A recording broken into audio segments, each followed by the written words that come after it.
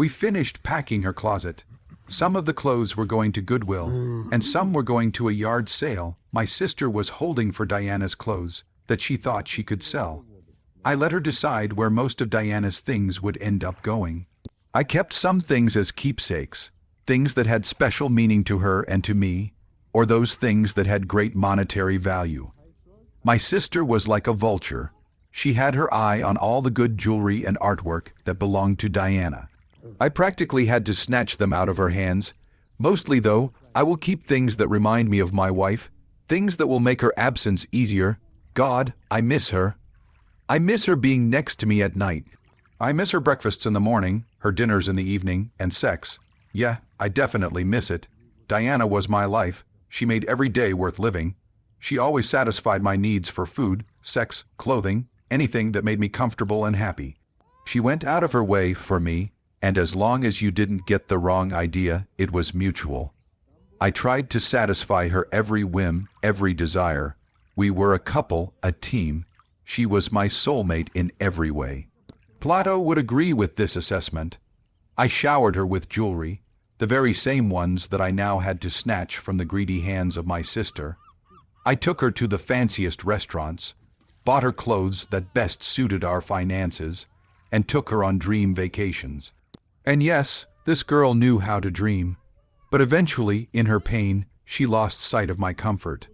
Pain I didn't even know I had, and now she is gone. I was emptying out the house, selling all of our furniture, all of our art, except for the ones I kept as keepsakes, and even the house itself. It was all too painful a reminder of the death that happened there, in my bedroom, in my bed. How could I continue to live here, especially without the love of my life? Her mother was here today, still angry with me. She blames me for Diana's absence. She blames me for the death and bloodshed. Like I planned it, like I wanted it. Oh no, I tried to tell her how much I was in love and how Diana was my life. She didn't believe me.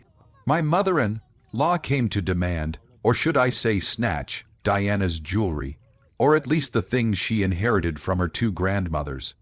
She claimed they were family heirlooms. Well, no, I was Diana's family. And these were memories, maybe not of our love, but at least of our life together. When I look at these exhibits, it brings back pleasant memories. This allows me to remember Diana in all the glory of our love. Mom, I had lost my mother, so Diana's mother had always been my mother, and although now she demanded that I stop calling her, I still thought of her that way, said offendedly. Max, you only kept these things because they were the only valuable things in my life that I gave to my daughter. Mom claimed that what I bought my wife was cheap junk.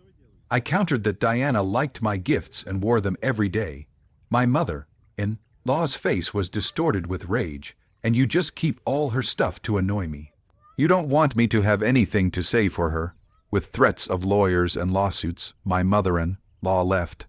I went back to packing, first checking the boxes my sister was packing and retrieving the items she had tried to smuggle out without my knowledge.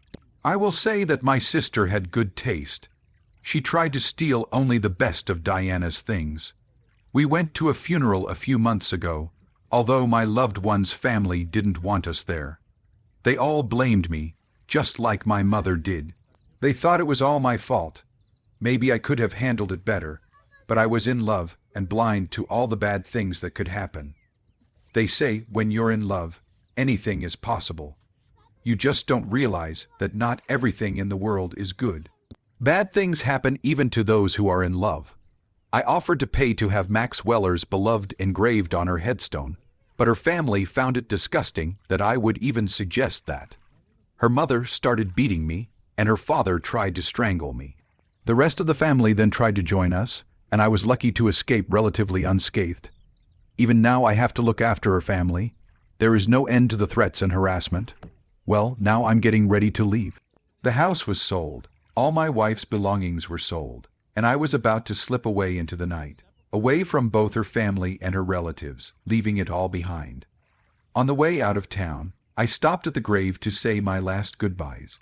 The tombstone was missing the inscription beloved of Max Weller, which I so wanted. It simply said, Julie Crum, 2003-2022, taken from us too soon. I cried a little and apologized to Julie again for not knowing Diana was coming home that day. I was in love with both of them, my wife and my intern at work. I thought spending the night in my bed at home with my love was a good idea, especially since Diana wasn't supposed to be in town that night. And everything was really good until my wife burst into the room and put 9 bullets from my Glock into my mistress. Now I've lost them both, Julie to the grave and Diana to the state prison system. Both families hate me, blame me for everything, although if Diana would just talk to me, I'm sure we would all be very happy together. Was it really my fault that my wife was so hot and out of control? I don't think so, but who the hell understands women? Subscribe to our channel so that your second chaff doesn't cheat on you, and go ahead and listen to the next story, because this story is nothing compared to the next one. If you're under 18, don't even think about listening to the next one. About listening to the next story.